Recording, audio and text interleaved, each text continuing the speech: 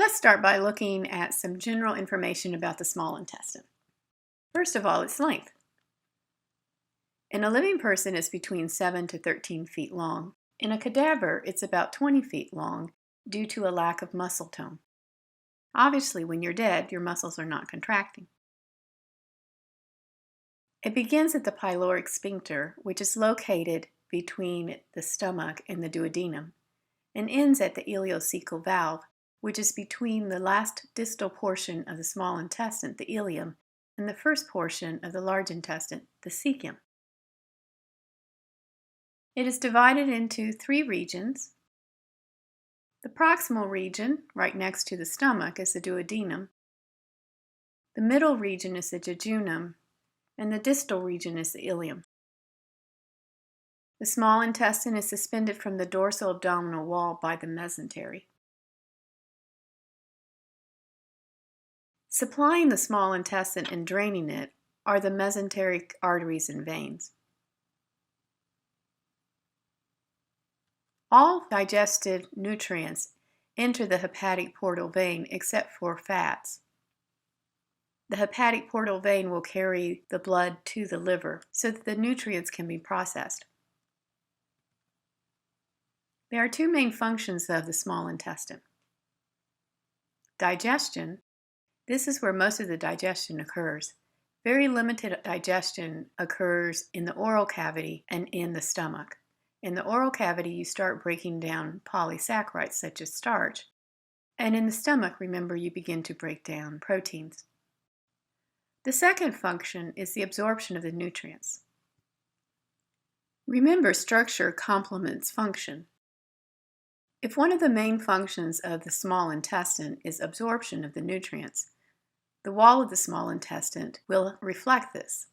Let's look at some of the special structures in the wall of the small intestine that increase the surface area for absorption.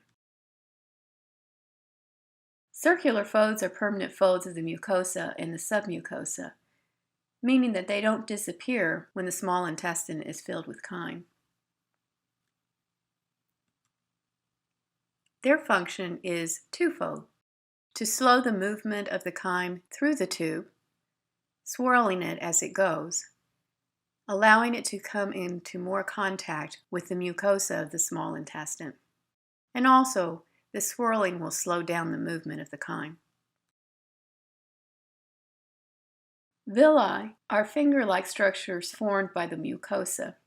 In the center of each villus, you will have a lacteal, which is a lymphatic capillary, as well as a blood capillary. Again, the function of the villi is to increase surface area. The villi in the duodenum are the largest.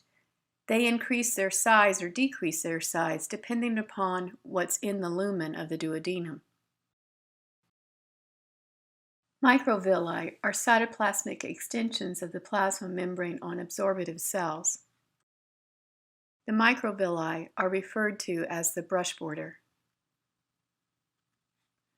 Proteins embedded in the plasma membrane of these absorptive cells function as enzymes in the last step of the digestive process and are called the brush border enzymes. Between the villi, the mucosa dips down to form intestinal crypts or tubular glands. Several cells are found within the intestinal crypts. At the mouth of the intestinal crypt, you're going to find absorptive cells as well as goblet cells. As you move down deeper into the intestinal crypt, you'll find Paneth cells that are involved in your immune response, as well as stem cells and enteroendocrine cells. We'll look at some of these cells later. The intestinal crypts will move down to the muscularis mucosa. Now let's look at the cells located within the villi and the crypts, beginning with the mucosal cells. Enterocytes are simple columnar epithelial cells, also known as the absorptive cells because they're involved in the absorption of the nutrients. Goblet cells release mucus. Enteroendocrine cells secrete hormones such as CCK and secretin. Paneth cells release antimicrobial agents such as lysozymes and defensins. Stem cells divide to give rise and replace other cells. And Peyer's patches. If you remember, Peyer's patches are part of MALT, the mucosa-associated lymphoid tissue, and they're important for your immune response. Moving outward along the tube is the submucosa. The submucosa is areolar connective tissue. And in the duodenum, you also have duodenal glands.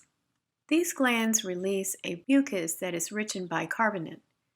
This mucus functions as a buffer, since it's alkaline, against the acidic chyme. The muscularis externa is going to consist of 2 layers of smooth muscles. The inner layer is a circular layer, and the smooth muscles wrap around the tube. The outer layer is a longitudinal layer that goes along the length of the tube. The outermost layer of the tube wall is the serosa, which is also loose connective tissue, and a single layer of simple squamous epithelium.